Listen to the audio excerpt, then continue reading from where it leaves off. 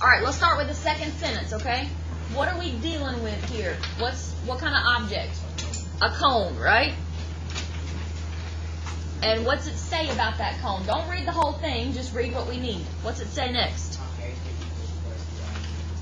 Okay, so height equals, and how do I write twice the diameter?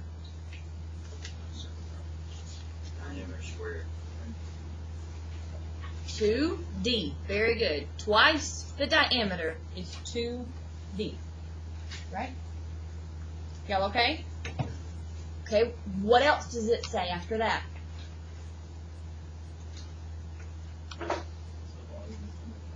Okay, volume. What kind of object were we dealing with again? What's the volume of a cone? It's okay if you don't remember the whole thing. Tell me some things that were in there. Remember anything that was in there? Isn't it pi? There's a pi in there, right? There's a height in there. There's a radius squared in there. And there's one more thing. There's a number. 2. Fraction. Not 1/2. 1/3. 1/3. There you go. So you got 1/3 pi r squared h. Okay, do you see anything that those have in common? You see anything those have in common? Those two formulas? They both have a what? Height. They both have a height. So instead of writing height, what can I plug in instead of height? 2D. There you go. So let's plug that in right here. Right, AJ? You ready? You're not tired, are you? Come on now. 1/3 pi r squared. But I'm not going to write h. What am I going to say instead of h? 2d. Right? We're not done yet. We're almost done. Y'all okay so far? Did I lose anybody? Okay. Do you have any any letters that are in common here? Any letters that are the same here?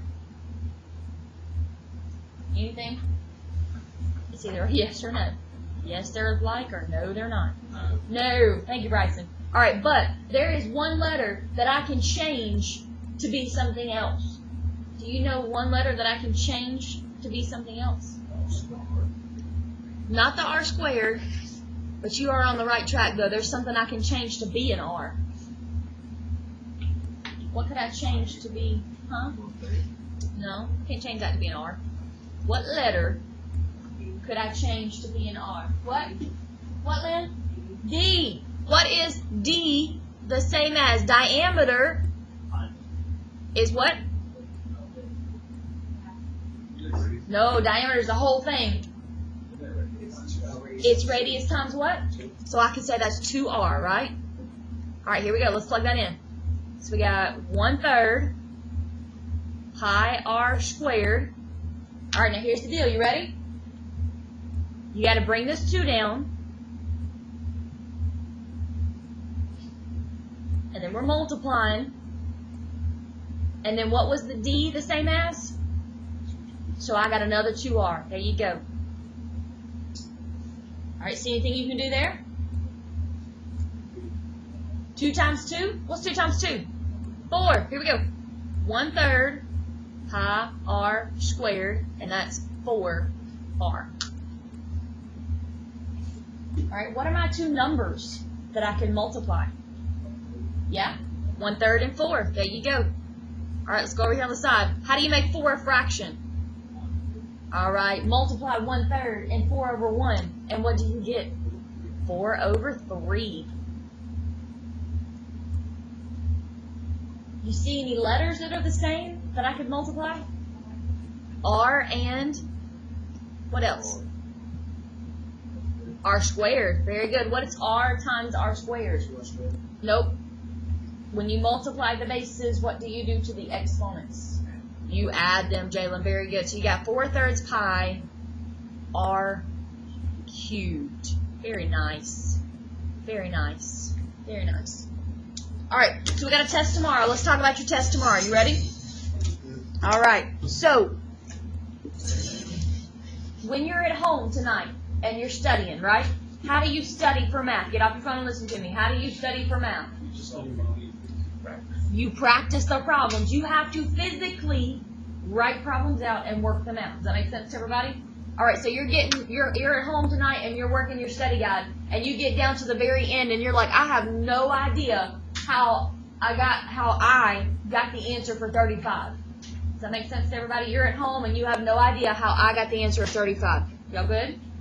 Okay, so here's what you do. When you get home, you take a picture of 35 and you send it to me by email or by text through the Remind, and you say, I do not know how to do 35. Can you help me? Does that make sense to everybody? Yes? No? Yes. Okay, so here's what I can do. When you tell me you don't know how to do 35, there's a cool little app that I have that I can video how to do 35 real quick and send it to you. Does that make sense to everybody? Are y'all okay? Yeah? Okay. If you don't email me, if you don't text me, I don't know you need help. And you also got tomorrow morning. What do you got tomorrow morning? You got 0 period, okay? Y'all good? All right, here we go. Let's look at our ACT real quick, and then the rest of the time is yours. Get off your stinking phone before it is mine. Don't be rude. That was my one and only cell phone policy. Don't be rude. All right, number 11. Let's see. Let's do this a little different. Number 11, you should have gotten C. And number 12, you should have gotten F. Do I need to go over number 11? Does anybody need me to go over number 11? Yes. Okay. What is the minimum number of months Ben will need to make deposits until he has enough money in his account to buy the TV? Okay. So he's got $495, including tax. So he's going to deposit $75, right? Deposit 65 at the end of each month. So if he's going to deposit 65 at the end of each month, how do I write that? Do I know how many months that he's going to do? So if I don't know in math, if I don't know a number, what do I put if I don't know a number? I put an X. So I'm going to do 65X. All right, look, you deposited money into your account, right? So what does that mean I'm going to put right here? You're going to add money to your account. And all that has to equal how much money for his TV? $495. How do I solve for X? Go.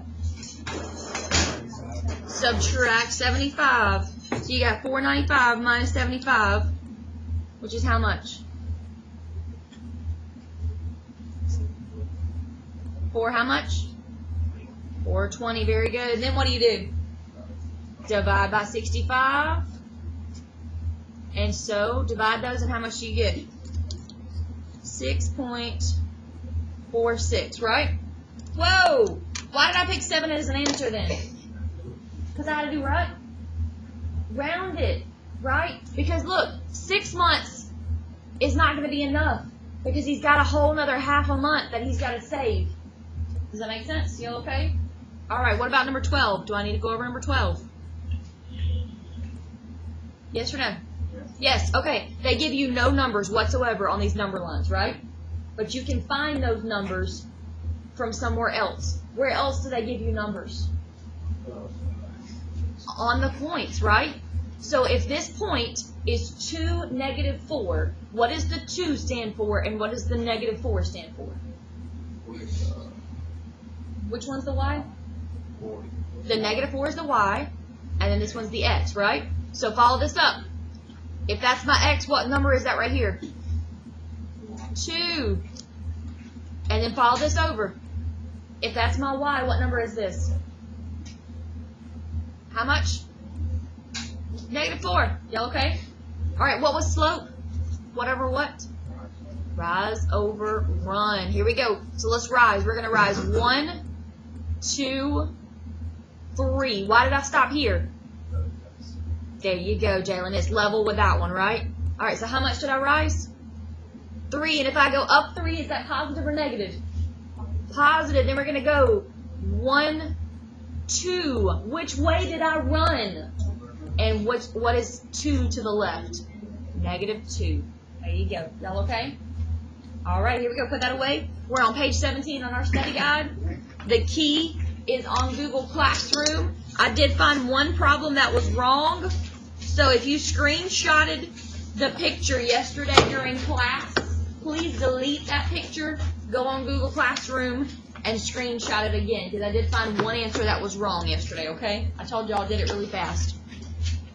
Alright, so when you get home tonight, here we go. When you get home tonight, and remember we marked out 18, 21, and 27.